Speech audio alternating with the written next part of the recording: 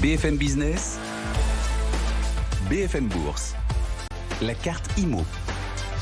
On parle aussi des autres placements sur BFM Business, un regard panoramique, un regard à 180 degrés sur l'ensemble, même 360. Allez, on lance tout sur l'ensemble de vos placements. On va parler donc aussi d'immobilier, car l'immobilier ne s'envole pas. Stéphane Briand vient de nous rejoindre. Bonjour Guillaume. Bienvenue, le Tour de France. Merci. De l'immobilier régulièrement à nos côtés.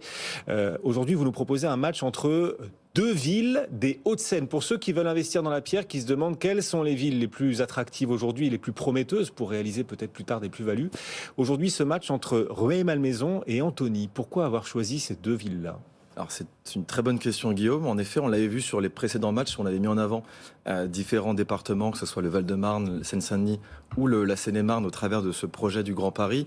Involontairement, on avait oublié et omis de parler de ce beau département qu'est les Hauts-de-Seine. Donc c'est chose faite aujourd'hui et j'ai voulu en plus mettre en avant deux villes emblématiques de ce département, à savoir donc Rueil-Malmaison et Antony. Ce sont aujourd'hui deux villes matures, deux villes qui plaisent énormément à leurs habitants, deux villes qui sont également très plébiscitées auprès des investisseurs et puis deux villes qui sont idéalement situées, très bien desservies, avec un poumon économique. Donc finalement, un match assez intéressant, assez séduisant. Et puis je vous propose que l'on regarde tout de suite finalement les notes du jour. Et voilà, qui remporte ce match Rueil-Malmaison contre Antony, deux villes du Grand Paris qui sont desservies donc par ce futur métro, qui font partie de ces villes à haut potentiel pour la suite. Entre Rueil et Antony, où est-ce qu'il faut investir ? Alors c'est Rueil-Malmaison qui remporte ce très joli match avec une note de 14,2 sur 20. Antony est un finalement mauvais dauphin avec une note convenable de 10,8 sur 20. Comme d'habitude, on va prendre quand même quelques minutes de parler du vainqueur du jour. Donc Rueil-Malmaison, qui aujourd'hui est la 6e commune la plus peuplée de ce département. C'est 85 000 habitants. On est sur un prix moyen du mètre carré aujourd'hui à hauteur de 6 500 € pour un appartement, 7 500 € pour une maison. C'est plus 30% en 5 ans. C'est 2 fois plus finalement qu'Antony, on le verra par la suite. Et en face de ça, on a tout de même une rentabilité locative assez intéressante de l'ordre de 5%. Donc finalement, un marché immobilier dynamique sur la commune de Rueil, avec, on le verra par la suite, différents projets qui vont, je pense, sur certains quartiers, aller encore dynamiser la demande et pourquoi pas, en tout cas, tenter de maintenir cette note ou de l'améliorer sur les prochaines années. C'est une ville qui s'est déjà énormément transformée, Rueil-Malmaison, ces dernières décennies, avec un vrai centre en plus, et on n'est pas encore arrivé à destination. Elle va encore se transformer, cette ville ? Alors, a priori, en effet, il y a certains écoquartiers, dont celui de l'Arsenal, on va y venir, qui, a priori, vont encore bouleverser et transformer la ville en profondeur, même si de gros travaux ont déjà été réalisés. C'est une ville, en effet, aujourd'hui, qui est mature, qui a déjà plein d'atouts par rapport à la note qu'elle affiche, au travers de ses espaces verts, ces 500 hectares d'espaces verts qui sont présents. 5 UQFA pour les connaisseurs. Exactement, tout à fait. C'est aussi une ville, aujourd'hui, avec un véritable poumon économique, certes proche de la défense, mais néanmoins qui a su attirer de nombreuses sociétés, 5500 aujourd'hui, dont 70 sièges sociaux, on peut citer Danone ou encore Schneider Electric.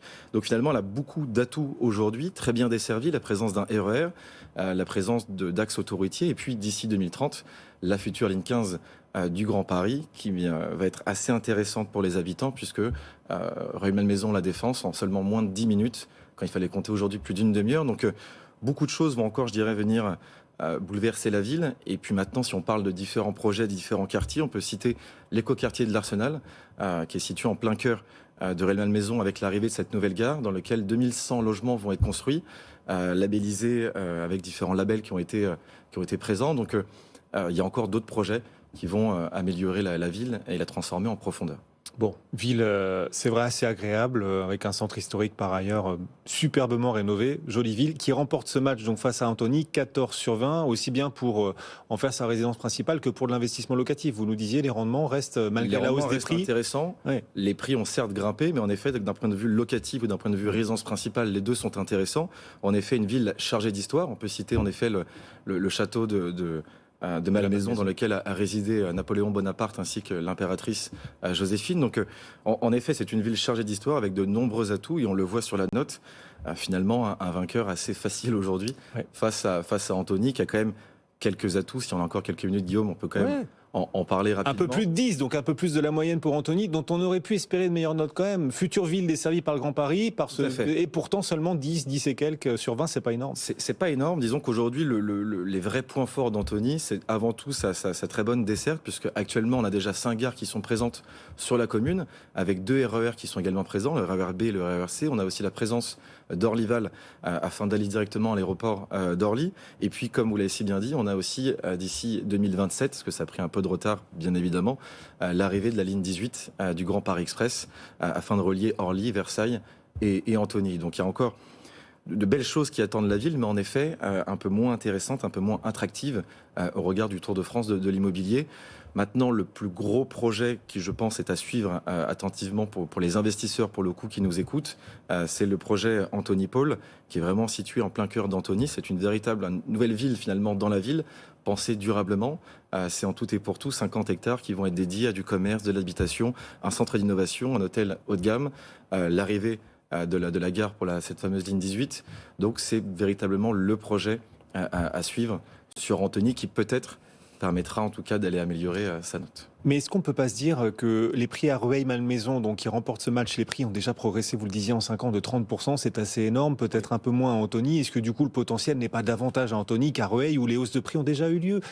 Les prix peuvent encore monter à vos yeux à Rueil et moins à Antony qui est en retard? On a encore un peu de marge, un peu de marge plutôt, si on regarde d'autres villes limitrophes à Rueil-Malmaison, on peut citer notamment Neuilly-sur-Seine, qui est encore en tout cas un cas atypique. Néanmoins, c'est une très bonne remarque, Guillaume. En effet, en termes de potentiel de plus-value à 5 ou 10 ans, Antony a en effet, je pense, des atouts par rapport à son prix, puisqu'on parlait de 6 500 € du mètre carré pour Rueil-Malmaison. On est aujourd'hui à 5 700 € pour Antony, et une marge de progression sur ces 5 dernières années de plus 15% au niveau des prix. Donc en effet, sur ce potentiel de plus-value, Antony a encore sans doute quelques cartes à jouer. Alors on est sur deux villes quand même très dynamiques qui attirent des entreprises, et Rueil-Malmaison particulièrement les grandes entreprises. Vous le disiez, il y a les sièges sociaux de plusieurs entreprises du CAC 40 sur le territoire de Rueil-Malmaison, c'est pas rien, et ça rapporte des impôts, des impôts locaux.